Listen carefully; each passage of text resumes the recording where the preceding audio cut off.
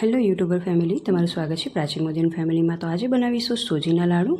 આપણે માત્ર 2 ચમચી ઘીથી ચાસણી વિના આપણે આ લાડુ બનાવીને તૈયાર કરવાના છે અને ખાવામાં એકદમ ટેસ્ટી લાગતા હોય છે આ લાડુ। તો ચલો સ્ટાર્ટ કરીએ। લાડુ આપણે કેવી રીતે બનાવીશું। તો આ લાડુ બનાવવા માટે મેં કઢાઈની અંદર આ ચમચીના માપથી 2 ચમચી જેટલું ઘી લઈ લીધું છે। હવે ઘી ગરમ થાય ત્યાં સુધી આપણે સોજીનું માપ કરી દઈએ। તો આ સોજી લઈ લીધી છે, જે રેગ્યુલર સોજી આવતી હોય છે એ સોજી લીધી છે। તો આ વાડકીના માપ પ્રમાણે મેં 1.5 વાડકી જેટલી સોજી લઈ લીધી છે અને એનું માપ મેં કરી જ દીધેલું છે, એટલે 1.5 વાડકી જેટલી મેં સોજી લઈ લીધી છે। તો ઘી ગરમ થઈ ગયું છે, તો હવે આપણે એમાં સોજી એડ કરી દઈશું। ગેસને મીડિયમ કરી દઈશું અને આ વાડકીના માપ પ્રમાણે 1.5 વાડકી જેટલી મેં સોજી લીધી છે। આ પરફેક્ટ માપ છે। જો તમારે બનાવી હોય, ફર્સ્ટ ટાઈમ બનાવતો હોય તો આ માપ સાથે બનાવજો, પરફેક્ટ જ બનશે સોજીના લાડુ। તો હવે આપણે મીડિયમ ગેસ રાખીને સોજીને શેકી લેવાની છે। ગેસને મીડિયમ રાખવાનો છે અને સોજીને શેકવાની છે। સોજીની અંદરથી સરસ એવી સુગંધ આવે, સ્મેલ આવે ત્યાં સુધી આપણે એને શેકીને તૈયાર કરીશું। તો શેકો એટલે આ રીતે સતત આપણે હલાવતા રહેવાનું, એટલે ચોટે નહીં નીચે।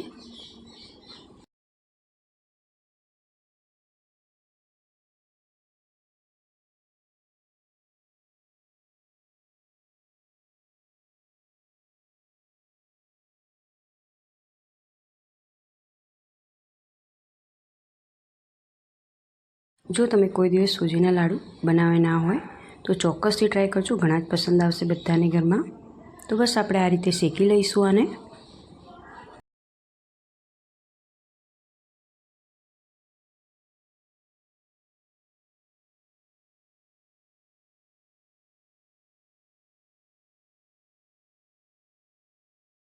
હું બધી જ વસ્તુનું પરફેક્ટ માપ બતાવીશ। મેં અહીંયા 1.5 વાડકી જેટલી સોજી લીધી છે। જો તમારે 1 વાડકી સોજીમાંથી બનાવવું હોય તો પણ તમે બનાવી શકો છો, પણ 1 વાડકી સોજી લો તો એની સામે એ જ વાડકીથી એ પ્રમાણે તમારે માપ કરી લેવાનું। તો અહીંયા મેં 4 ચમચી જેટલું ટોપરાનું છીણ નાખ્યું છે। આ જો ટોપરાનું છીણ નાખવું ઓપ્શનલ છે, જો તમને પસંદ હોય એનો ટેસ્ટ તો નાખવાનો। અને હવે અહીંયા મેં દળેલી ખાંડ નાખી છે। ખાંડને ઘરે જ મેં દળીને તૈયાર કરી છે અને આ વાડકીના માપ પ્રમાણે 1 વાડકી ભરીને મેં દળેલી ખાંડ નાખી છે। જો તમારે થોડું વધારે ગળ્યા પસંદ હોય તો આપણે 1.25 વાડકી જેટલી દળેલી ખાંડ લેવાની, પણ મેં અહીંયા 1 વાડકી જેટલી દળેલી ખાંડનો ઉપયોગ કર્યો છે। અને હવે મેં ડ્રાયફ્રૂટ નાખ્યા, કાજુ, બદામ અને દ્રાક્ષ નાખ્યા। આપણે ખાંડ નાખીએ એટલે ગેસને બંધ કરી દઈશું હમણાં થોડી વાર માટે અને આ રીતે આપણે મિક્સ કરી દઈશું, કેમ કે સોજી આપણે પહેલાં પરફેક્ટ શેકી જ લીધી છે। તો બસ હવે બધું જ સરસ શેકાઈ ગયું છે અને હવે અહીંયા મેં ઇલાયચીનો પાવડર નાખ્યો છે। લગભગ 3 ઇલાયચી લીધી હતી અને એનો પાવડર બનાવીને મેં અંદર એડ કરી દીધો છે અને હવે એને પણ આ રીતે મિક્સ કરી દઈશું।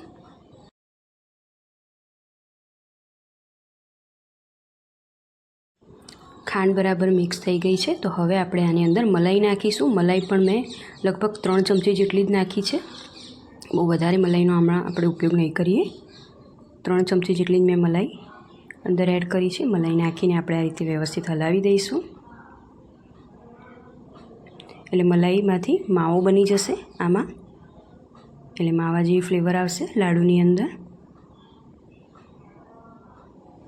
તો આપણે બધી જ વસ્તુ આ રીતે વ્યવસ્થિત મિક્સ કરી દેવાનું છે। બધું જ મિક્સ થઈ જાય એટલે આપણે 1 કે 2 મિનિટ માટે ફરી પાછો ગેસ ઓન કરીશું અને આ રીતે હલાવી દઈશું। 2 મિનિટ માટે આપણે ગેસ ઓન કરી અને હલાવી દેવાનું છે ને તરત જ આપણે ગેસ બંધ કરી દઈશું।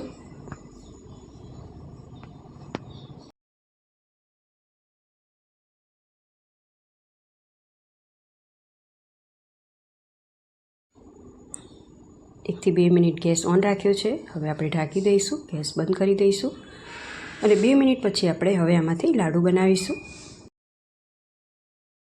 તો હવે આપણે એના લાડુ વાળીશું અને લાડુ વાળો તો તમને જો આ સૂકું લાગે, એકદમ ડ્રાય લાગે તો ગરમ દૂધ 2 ચમચી જેટલું નાખી દેવાનું અને પછી આ રીતે હલાવી અને આ રીતે લાડુ વાળવાના, એટલે સ્પીડમાં લાડુ વળી જશે।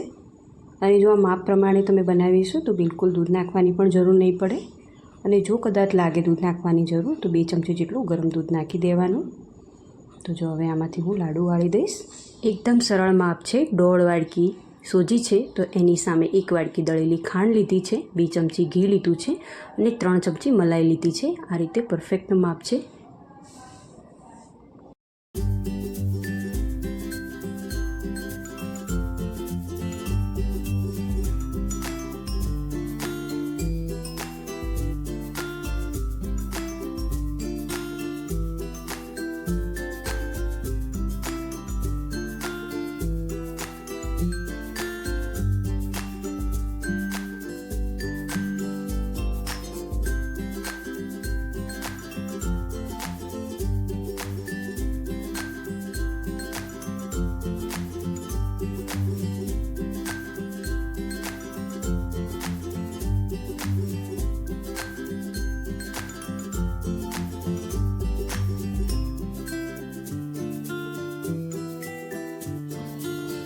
જો આ લાડુ બનીને રેડી છે.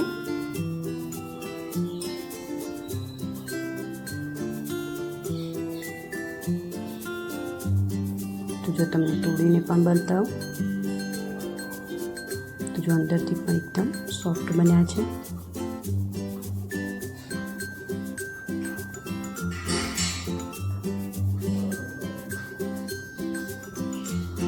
જો તમને આ સોજીના લાડુની રેસીપી પસંદ આવી તો પ્લીઝ લાઇક, શેર, સબસ્ક્રાઈબ કરો, કોમેન્ટ પણ કરો.